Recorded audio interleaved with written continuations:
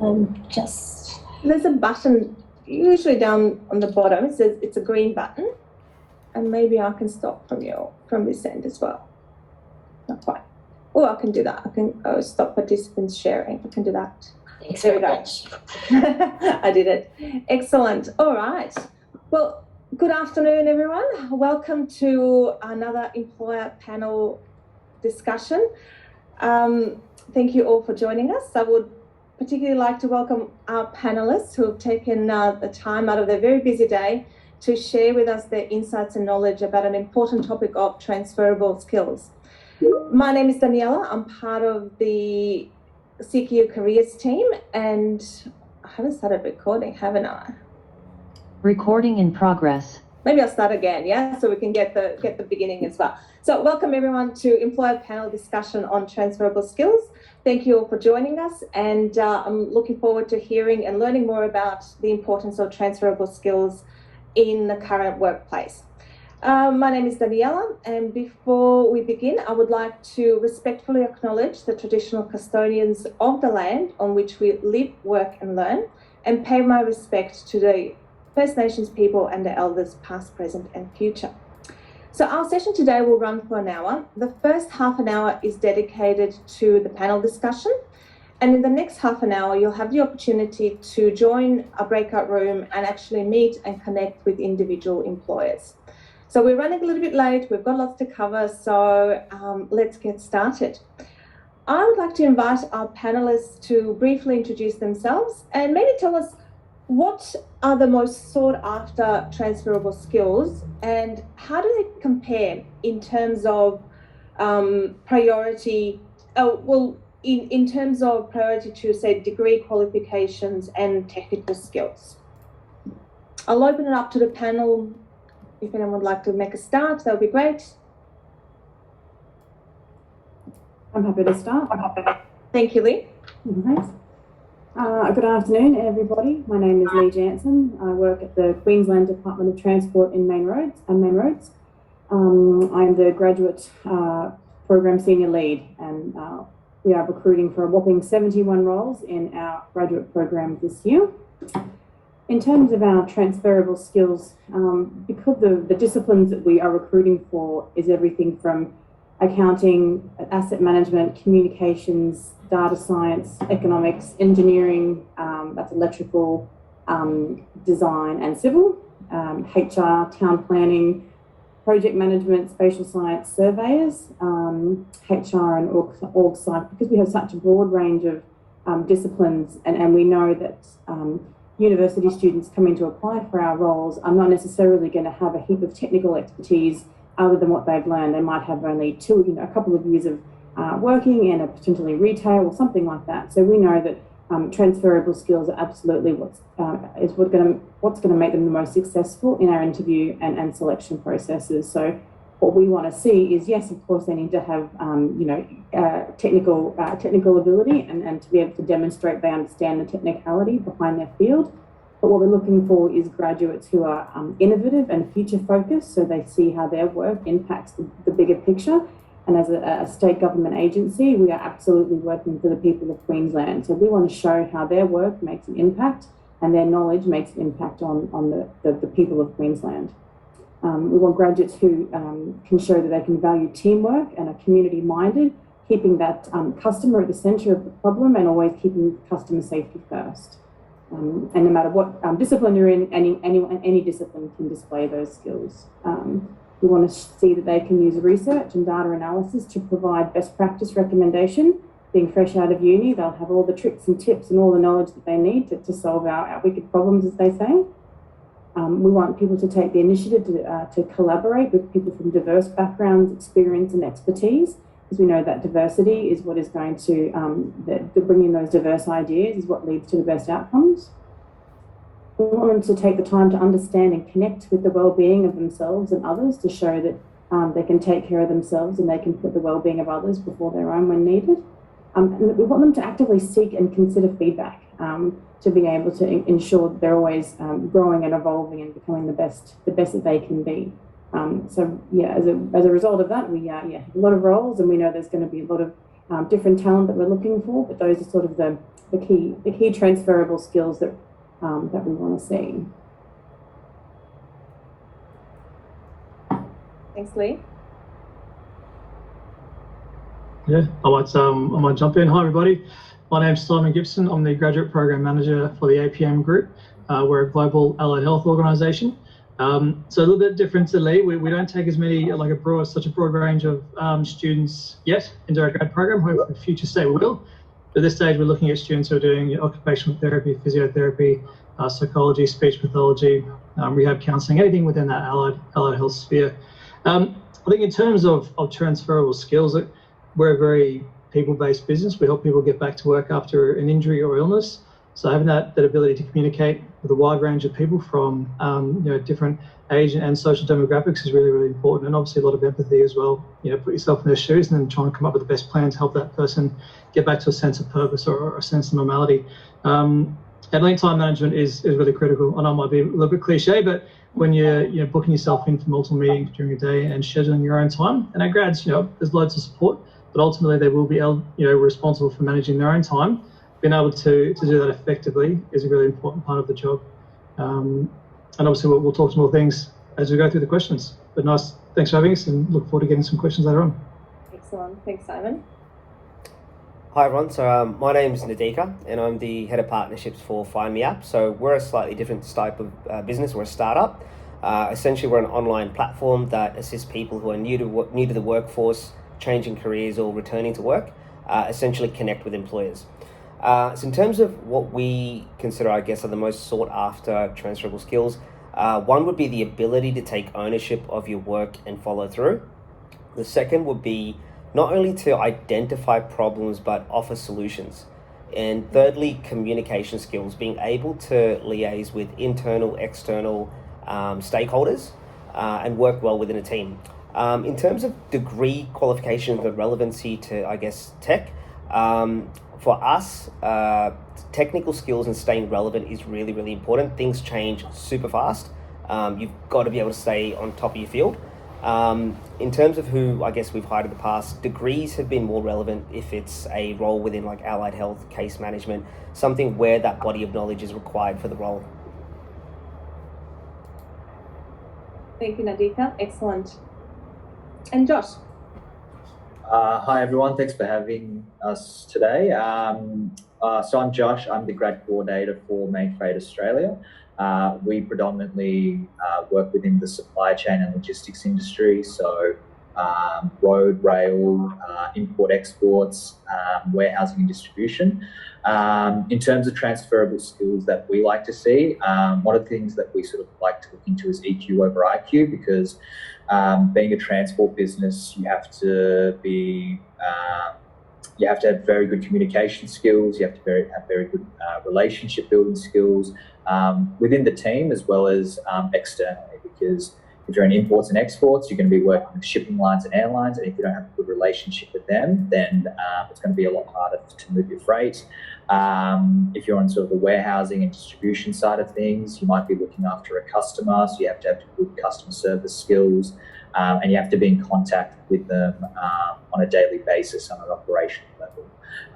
In terms of transport, as you're well aware, there's a lot of challenges with supply chains at the moment across the globe. So if you don't have good customer service skills to deliver the bad news early or find proactive ways to communicate with the customer, it can be very challenging. So we like to say EQ, relationship skills, customer service skills, and communication skills, and probably time management as well, because we run on deadlines and we sell services as well. Wonderful. Well, thank you all. I can hear there's quite a lot of crossover, lots of similar transferable skills, even though we are looking at completely different sectors and industries. So that's excellent to hear. What we're really curious to know is, how do you assess transferable skills during the recruitment process? Who would like to answer that? Start off with. I'll go again. Yep. So we have a fairly lengthy recruitment process, or some would say, but the value in it is to be able to assess those transferable skills. Well, obviously we need our civil engineers to score highly in their technical field, our behavioural interviews and behavioural assessment process helps to see how they work in that team context and that group context, and how they will fit into a team and how they will operate in that team. So we have several stages of interview process. We have a mobile app that we do a bit of an interview on. So there's some predetermined answers, questions that come through on a mobile app is stage one. It's called Predictifier, and then that will then generate another shortlist for us. And then it would go to the next stage where there's another online behavioural analysis to again assess some of those transferable skills and how they score and how they would perform in certain situations to be able to ascertain some of those skills. We then do a more on the sort of technical side, but there's an online written activity that they undertake as well to see how those communication skills come through. And then, of course, there's the all-important assessment centre where they have a group activity to see how they operate in those group environments and to see how those skills come through using our some organisational psychologists. And then there's the face-to-face or virtual interview, as they are now, where again we're assessing, and in there we do include our technical question to see how they respond to those technical questions. But again, it's other behavioural-based questions about how they'd attack a problem-solving scenario, how they deal with a difficult customer. So we're assessing to see, and we put all those bits together, and it pops out the score at the end to see how they've performed. And it's 75% behavioural and maybe 25% technical, maybe somewhere around there. It's really interesting, very comprehensive. Yeah. Excellent, thank you, Lee. Anyone else?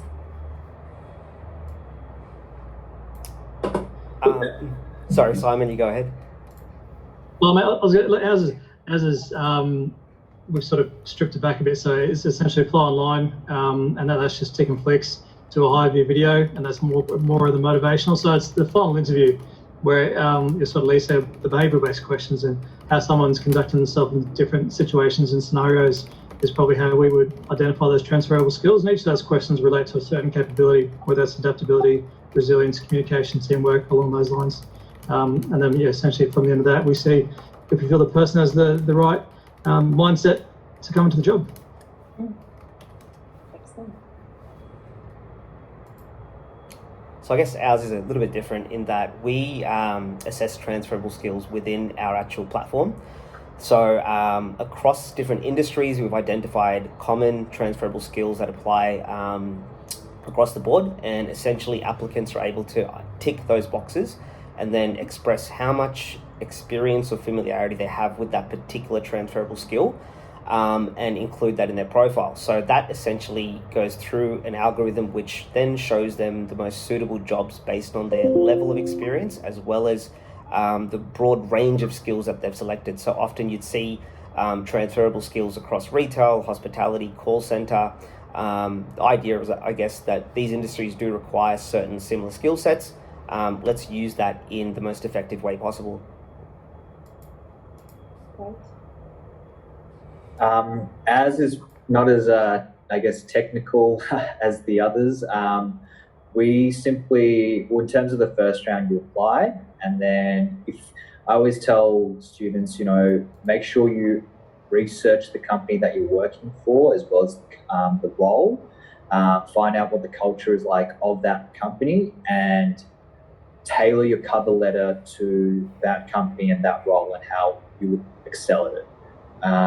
We're going to get heaps of resumes and cover letters coming through, so we don't want to see the generic, I'm this, I've done that. We want to see, hey, I've heard about main freight, I've heard about your culture, I've heard that this is this. I'd love to understand how the logistics and supply chain industry works in your business. Really tailor the cover letter to yourself and align it with the business and the role. Once we see that, we'll have an interview with someone from our training team, and it's really just an interview to get to know you. We just want to see how you present yourself, the way you answer questions, and it's more so just getting to know if you're the right fit for our business. After that, it'll be a face-to-face interview with one of our branch managers. That would be the branch that we would look to place you. And that's just to get an idea of if they would fit within, if you would fit in their brand and badge. Excellent, thank you for that. It's you've mentioned personalising applications, and that's a really good point, because our next question was going to be about articulating those transferable skills. So as we know, in today's world of work, we all need to be agile, and it's going to be a lot of people who are either changing careers or perhaps just starting off with maybe not as much work experience. So our question to you is, what's your advice? How should people articulate those transferable skills as part of their application process? What advice do you have for either career changers or career starters? Okay. So for us, again, it's about how they can provide real life examples. Well, it might not be a technical example in a civil engineering sense that they've built a bridge because they're a grad student, they just won't have done that. It's how they demonstrate those transferable skills in their real life examples, whether it's in the interview or in their drawing on their real life experience, to be able to say, here was the problem, here was the situation, here's some solutions I put together to solve it, and here was the outcome. So we can see that they've really thought about how to solve a problem, and some of the tools they might have used, they might not even realise it are great skills of theirs, but we just want to be able to see that they've thought through the process of a problem, or how they've kept a customer at the centre of their problem. It might have been working at Macca's and they just really wanted to make sure they got this, this customer service order up, whatever it may be. It doesn't matter how small the example, because they're not going to have major examples. The example we get a lot is the group assignment example, going, I was in a group assignment and someone got sick and I had to take on their work, and showing that problem solving and how they worked collaboratively to take up that person's work. It's not being afraid to draw on those real life examples, and also when they start in the job, recognizing that they don't have all the answers, and being able to have the courage to ask for help and to ask their supervisor, saying, I want to learn more about this. This is how I. We only learn by asking, so it's showing the bravery to be able to do that as well. So it doesn't matter what kind of example it is, what kind of role, as long as they articulate how they went about solving a problem. Yeah, absolutely. And some of them may have actual examples, and that's great as well, where they've done some intern work somewhere at a company, and that's great too. But we just know that a freshly graduated student is just not going to have the kind of, for an 18-year-old, I've been in the department for 18 years and I'll have examples coming out my ears. They're just not going to have that, Yeah. And that's okay. Thank you. Would anyone else like to add as well? Yeah, Simon? Look, what's to say, but tell a story, make it interesting. And again, as Lee said, you're going to have a range of experiences, whether it be work, school, social, sport, community, and there's a whole bunch of things you probably get involved in. And you might think it's just every day-to-day stuff, but there's always going to be something you've been in that situation which you can apply to something else. And it's going, as Lee said, tell the story and then go, what I learned from that was X, and that means I can deal with these types of things. So make it interesting. There's some really memorable things, which someone else might go, well, that's actually really cool or really amazing. You might think it's sort of pretty ordinary. So don't be afraid to put your whole self out there. And let people know the various things you've done. And again, you might always find that point of someone else has done the same thing as you, and you sort of building that rapport, and there's a point of similarity, and that that helps you stick out in an employer's mind. Yeah. Great. I guess from my experience, for a student, essentially think of what your skills are, compare them to the skills required in the new industry or occupation that you're going after. And then look for the commonalities and write them down. These could be bullet points that you then convert to a paragraph. And make sure it doesn't sound rehearsed. Usually hiring managers prefer genuine responses. And if you consider, I guess, as an example, if you're going from a call center job to your first professional role within an office environment, there are transferable skills there, such as computer literacy, communication skills, organizational skills, accountability. These are all things that you can reframe for that new job that you're going for. And I think the best way to get good at those responses is to practice them with a friend, a colleague, teacher, family. Make sure you're confident in the examples and the scripting before you go into an interview. Thank you. Yeah, I would agree with everyone else. I think Lee's like a STAR response, so situation, task, action, and result is a good way of answering any questions that may come up to you. Even with Simon, with what you said, with telling a story, I think telling stories are great. So if you can tell a story using that STAR response, that's always very, very handy.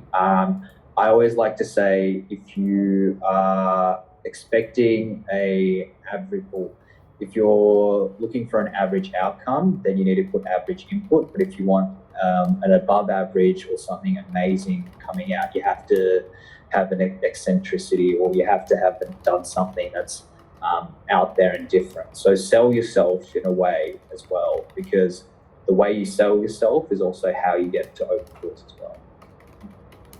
Excellent. Well, kind of along the similar lines, we're wondering whether you can think of a standout example of someone who was able to demonstrate their transferable skills really well in their application process, and if it's relevant, or if it occurred, how did that then translate into their role later down the track? Do you have an example of something recently or more recent past? I don't really, only because we recruit in such numbers that we don't, we outsource to our recruitment partner, so they do a lot of the initial funnel of the shortlisting using those different platforms. So we don't necessarily see an application from the very start, and because there's so many different checkpoints. And we also don't do every single interview as the coordination team, because then we get the subject matter experts plus a HR representative to sit on those panels, because we might be doing up to 300 interviews for so many roles. But I suppose just echoing what we were saying before is that just being really clear in the example, saying, oh, there was a problem and I solved it. Great. What was the situation? Tell me what happened. Who were the players involved? And what were you trying to do? And then going through that, which we call the CAR model is more what we use, which is the context, the action and result, similar to the STAR, and there's a million different acronyms out there for the same kind of response, but really stand out. And when we score the interviews at the end, we are scoring on that model, saying, did they give us the context? Did they tell us what the situation was? Did they tell us what the problem was? Then we go to A. Did they go through the actions? What they did to solve it? What tools they used? Who did they pull in to solve the problem? And what was the result? Did they tell us that? Oh yes, we got a great mark and everybody was happy. Yes, the customer walked away and everybody was happy, and my manager gave me a pat on the back. So it's just really standout answers. While I don't have an example, but if they can articulate that whole linear process of solving a problem with it could have been a bad result, but what did you learn from the result? No, the customer was still really mad, but what I learned the next time is I did X, Y, Z. So the result almost doesn't matter as long as they can reflect on what was good, bad, or indifferent about it. So it's more just about that from my point of view. Excellent.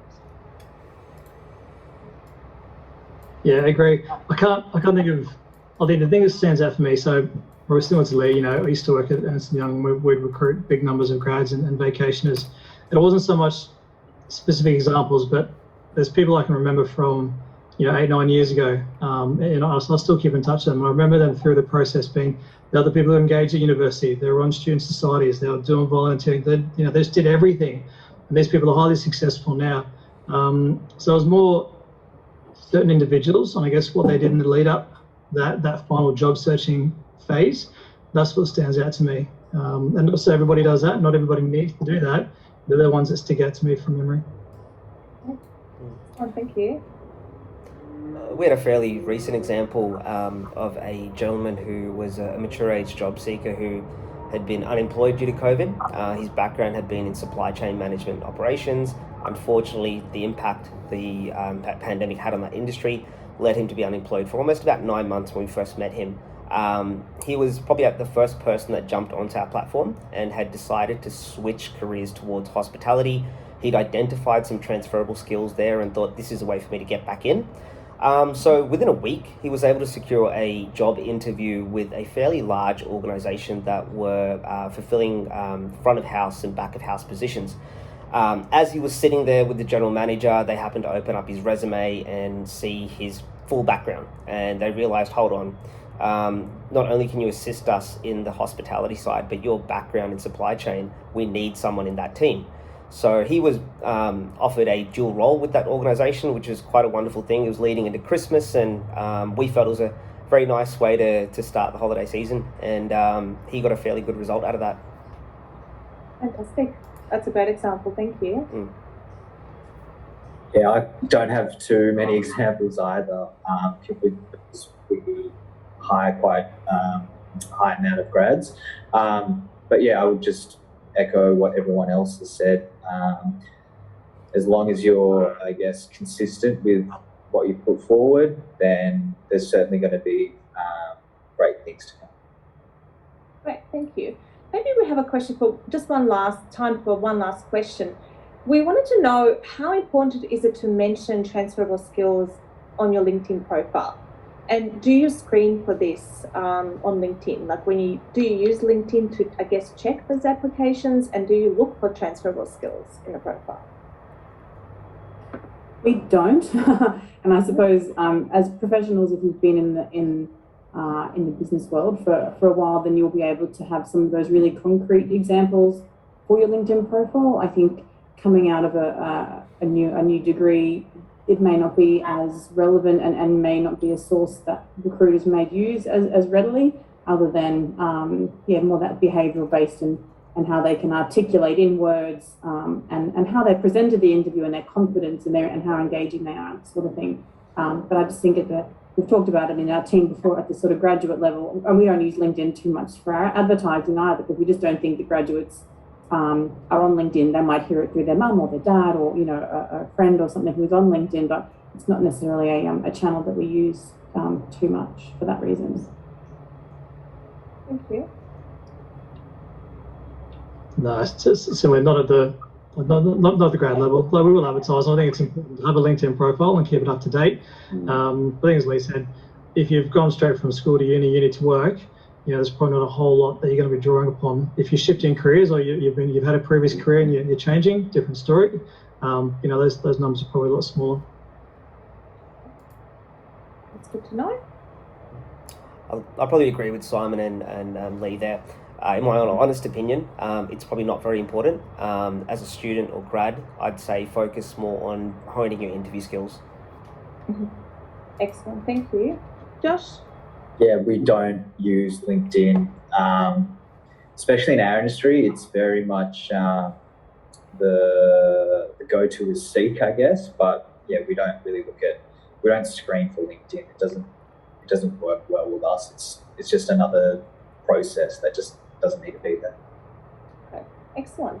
Well, thank you so much for your answers and your insights, and it's been wonderful to hear how you all approach this topic. So this concludes our panel discussion, and what I will do in a second, we have opened breakout rooms. So if we will shortly move our panelists into one of their breakout rooms, and attendees will be able to join whichever breakout room they would like. So thank you once again, and we'll see you. So we have half an hour. We'll see you. I will give you a little, maybe a minute warning before they close off. So let's see if we can assign. I'll start with. Oh yeah, great. Someone else is doing that for me. Thank you so much. Thank you, Kelly. Excellent.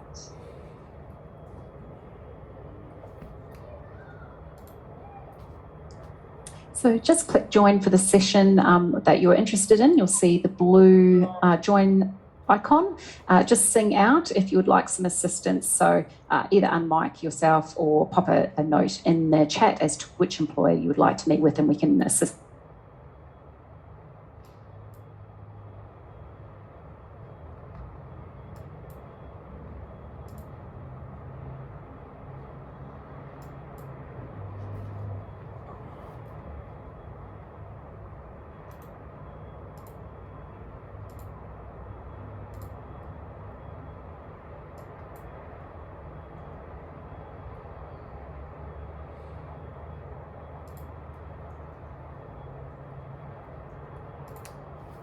Hi Sheena, how are you?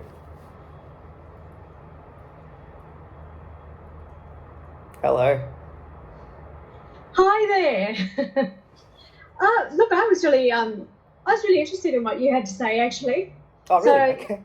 I like your approach. I'm actually, I'm a graduate from 2019, mature age. I'm over 50. Right. And I have a major in public relations and in writing, Sure. minor in sociology and literature. Right. And I'm currently doing a master's degree part-time in writing. And I'm also studying a postgraduate Oh, wow. You've got a full plate. certificate, a postgrad certificate in digital and social media. Oh, So right. my question to you is, what do you have anything in communications? What's the process with your communications area? And I do things like I was the editor for a psychology publication at university. Right. So and I was a writer, a guest writer for that publication too. So I have editing skills and public relations and writing. Sure. And just curious whether there's anything like that in your particular business. I'm not familiar with your company, by the way. So Yeah. No, that's okay. We're a very new organisation. We launched essentially the end of last year. So we are a startup organisation, a group of individuals that feel that the whole hiring process could be done a lot better and a lot more accessible for people like yourself who may be changing careers or returning to work. Also for new entrants who are just starting out. We felt that the conventional methods out there where you sort of apply for a role and they review your resume doesn't truly reflect or provide the best qualities that an employer needs to assess. So essentially when it comes to us, we recently did recruit a sort of marketing team which included components of writing and digital media and whatnot. So I think in terms of what your question there, think about, I guess, what are your core strengths when it comes to those different disciplines? Are you the best at writing? Is it digital communications? I guess, where do you really stand apart from the competition? And also, where does your passion lie? Where do you see yourself growing the most? In terms of opportunity, now is probably a really good time, just because you do see a huge rise in that field. A lot of organizations are still, I guess, when you look at the broad spectrum of all the companies out there and the state of digital media, there's quite a few who are still learning those ropes and they're not doing it well enough and they need the expertise and guidance. So look, I'd say you're very well positioned at this point. It's probably a good time. And your background is on what you've done in the past. I'm sure that comes in handy, especially with editorial work, writing. There's a lot of, I guess, content out there that needs to be published and done well, really. So I think, I think the challenge may be identifying those organizations to go for. And to do it in a way where you're likely to cut through.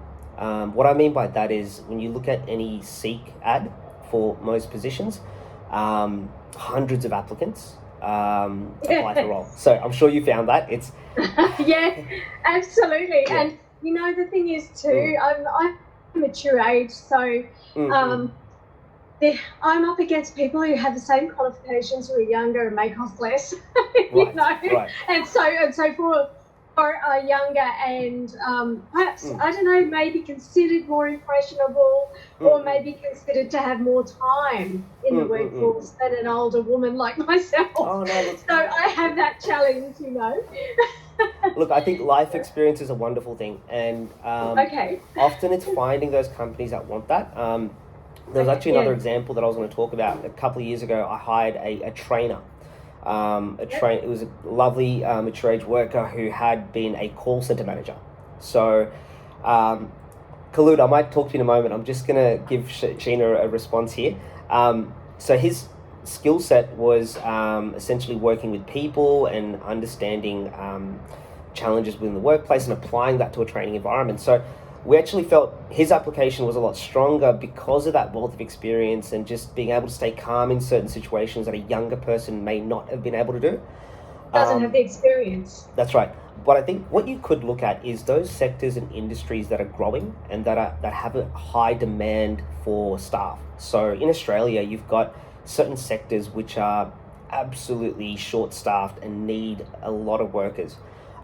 Aged care, disability, construction, IT, education. You're more likely to get a role within a sector that's growing and booming. The hiring criteria is often a lot more flexible. So that's probably the first piece of advice. The second thing is there's something called the hidden job market, and these are unlisted jobs. So often what you see on Seek, what you see on Indeed is only about 30% of the actual jobs out there. 70% of jobs are not listed. And what that means is, as a business, we might have a need for a admin assistant, but the need has only risen up that morning. And I've had a conversation with my colleagues saying, hey, we really need someone, but we haven't gone through the formal channels of advertising and putting up online.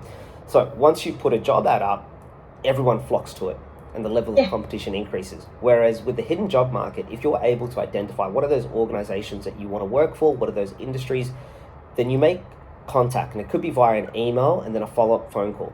And that's literally it. And the email might articulate what your core strengths are, your intentions, why you have that interest in working for that organization. Then a quick phone call, hey, by the way, this is Sheena. Did you get my email? I'm really interested in working for you. Feel free to, keep in touch if a position arises. Now, if you do that, I'd say the number is probably 30 times would get you 3 interviews and at least 1 job offer. I've used that metric in the past, and it's worked well for helping a lot of people come back into the workforce, where you're cutting through the competition and you're not competing with Seek, because that can take a lot longer. Yeah. Oh yeah, and I guess from your end too, when you put an advertisement up there, you're absolutely swamped. Absolutely, hundreds and hundreds, of emails and so forth and applications to sift through. So, I'm loving the statistics, and I really like your approach. Thank you so much for being so clear about it. That's very helpful to me. No, my pleasure. Thanks for your help. All good. Sheena, I might ask, is it Khulud? Yeah. Hi, Khulud. How are you? Good, thanks. How are you? Good. Did you have any questions that you wanted to ask? So I'm actually a PhD student now in management. Yes. And I wanted to know if you have any opportunities for like a part-time role, because I'm not after full-time. Sure. So that was something that I'm looking into. So I'm doing my PhD on non-profits and the interactions with volunteers, employees, charities, and corporates. Right. Yeah, I've got a background in international business, marketing, and HR. So it's very flexible. Yeah. No, excellent. So in terms of, I guess, what you want to hone in there is, what kind of part-time work were you looking for? So something, I think it's either in terms of research or strategy work, in terms of stakeholder engagement and communication. Okay, so you've got a very broad remit there, which is good, because that gives you a wide net that you can cast and see what comes back. So I think initially, have you got an interest in that not-for-profit community space? Yeah. Okay, great. And if you don't mind me asking, whereabouts do you live? What suburb, city? In Sydney, I live in Bankstown. Bankstown, great. I know the area well. So the good news for you is that there is a lot. There are a lot of organizations in that area that operate within that space. Now, what you'd probably want to write down or initially do a bit of study on is have a look at those organizations. And I don't mean look at the job ads per se, but let's say pick 5 companies in that area. Then have a look at what they do. What are the services they provide? Who are the clients that they cater to? So, for example, you've got Woodville Alliance in Fairfield, who do community, disability. They're a not-for-profit. And if you click on their services tab, they do day programs, they do accommodation, they do support coordination, childcare centre, and a community centre. So you want to kind of understand, where do you fit in? So I'd say start with, you've got the industry in mind, then have a look at the companies.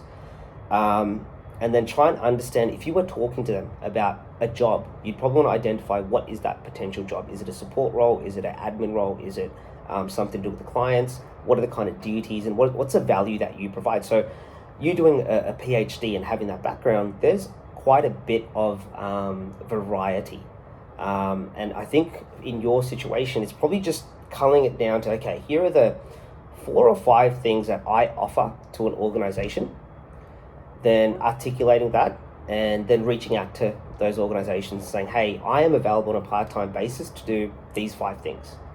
And again, I think the benefit that both you and Sheena have right now is it's a candidate short market. There's a huge recruitment difficulty across all industries. So I'm pretty sure if you reach out to 4 or 5 organizations, offer yourself in that way and say, look, these are the benefits that I bring to the organization. Here's when I'm available. Can I come in for a chat or a conversation even?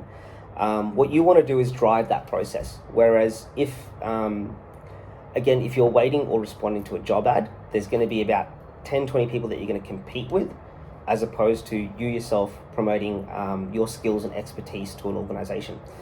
So yeah, I think from here, bring it down to your sort of top 3 or 4 things, and then check what's needed in the market within the areas that you want to work.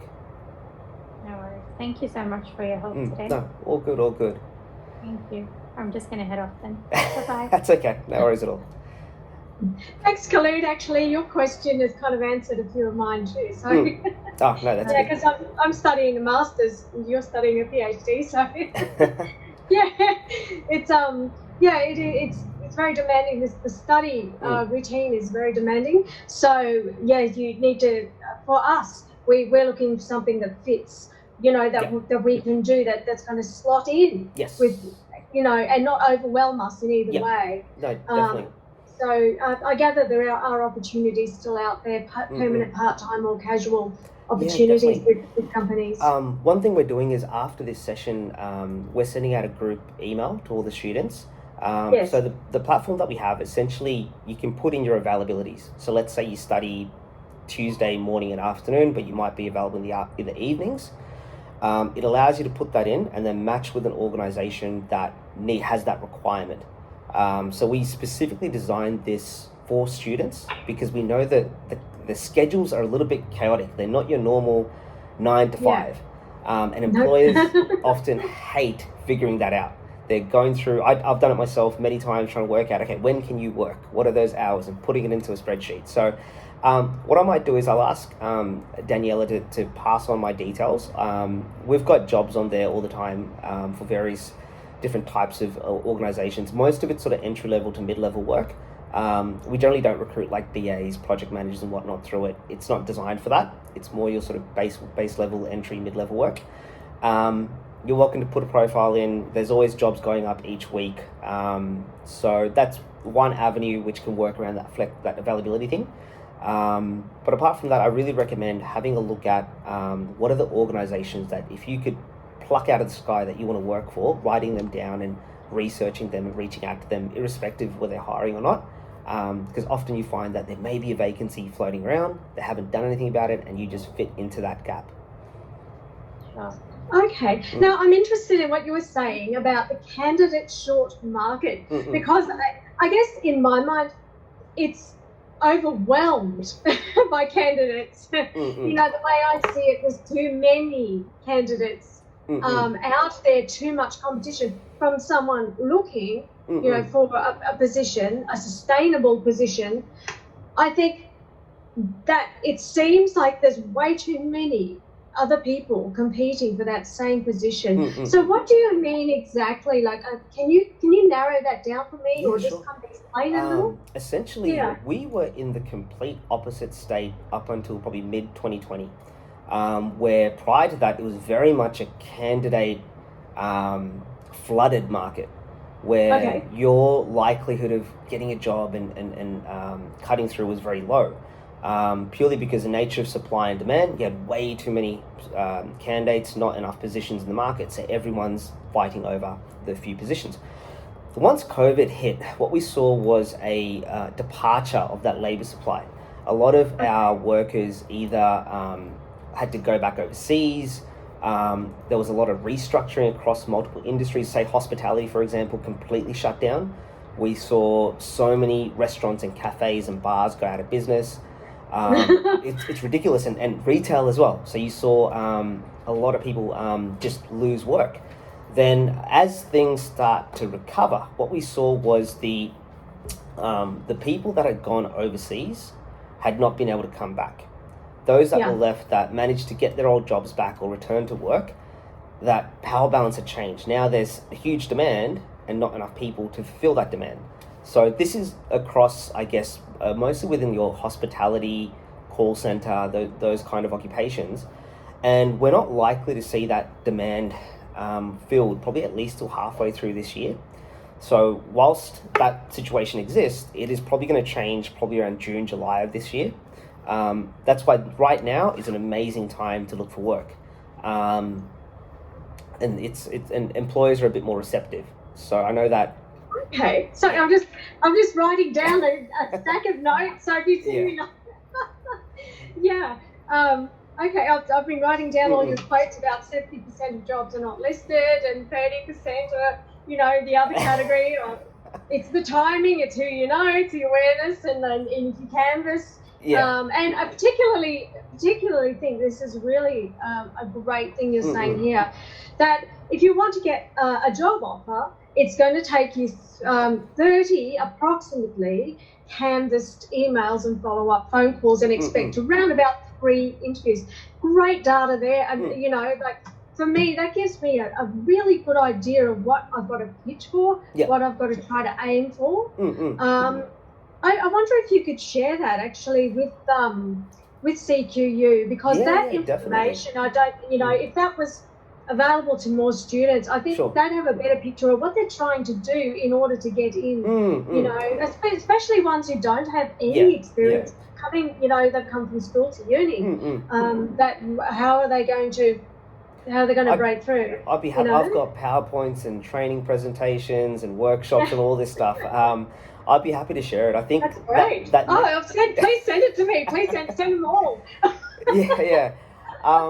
Look, that's essentially, it's a good indicator for people to understand, what's the amount of effort required to be successful in getting in a position. Often the default approach of continually applying for paid positions, sometimes you're doing that for months and months. And after a period of time, the demotivation sets in, the rejections, and you start to think, what am I doing wrong? It's like, you're actually not doing anything wrong, but you need to try another approach. And it's a matter of, I guess, starting slow. Don't try and hit 30 in a week. Try 5 in a week. 5 good applications are worth more than 50 bad ones. So, and really it's about conversations. Like I find when you actually call an organization and you're speaking to somebody who is in a hiring position, I often don't try and fling myself on them. It's more asking questions. Hey, what is it that you look for in someone that you hire? What's important to you? Nadeeka, they're about to kick us out. Okay. I'll share my details with the group. We are going to send out a group email to everyone, so you'll have my details. Just shoot me an email and we can tee up a chat. Oh, great. Thanks. No, thank you so much. I'm finding you very, very helpful indeed. My pleasure. Because, I run a part-time business of my own too, so I'm kind of, juggle. Yeah, I can imagine. What we do, but anyway, no, thank you so much. Okay, I think we're going to get booted, so okay. No worries at all. Because they're putting us back in the main room. Sure. No, all good. Thanks, Rita.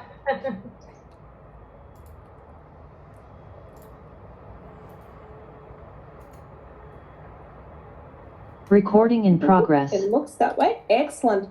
Well, thank you everyone for attending. Thank you very much to our panelists who've come to join us today and, sharing your knowledge and your insights. It was greatly appreciated by everyone.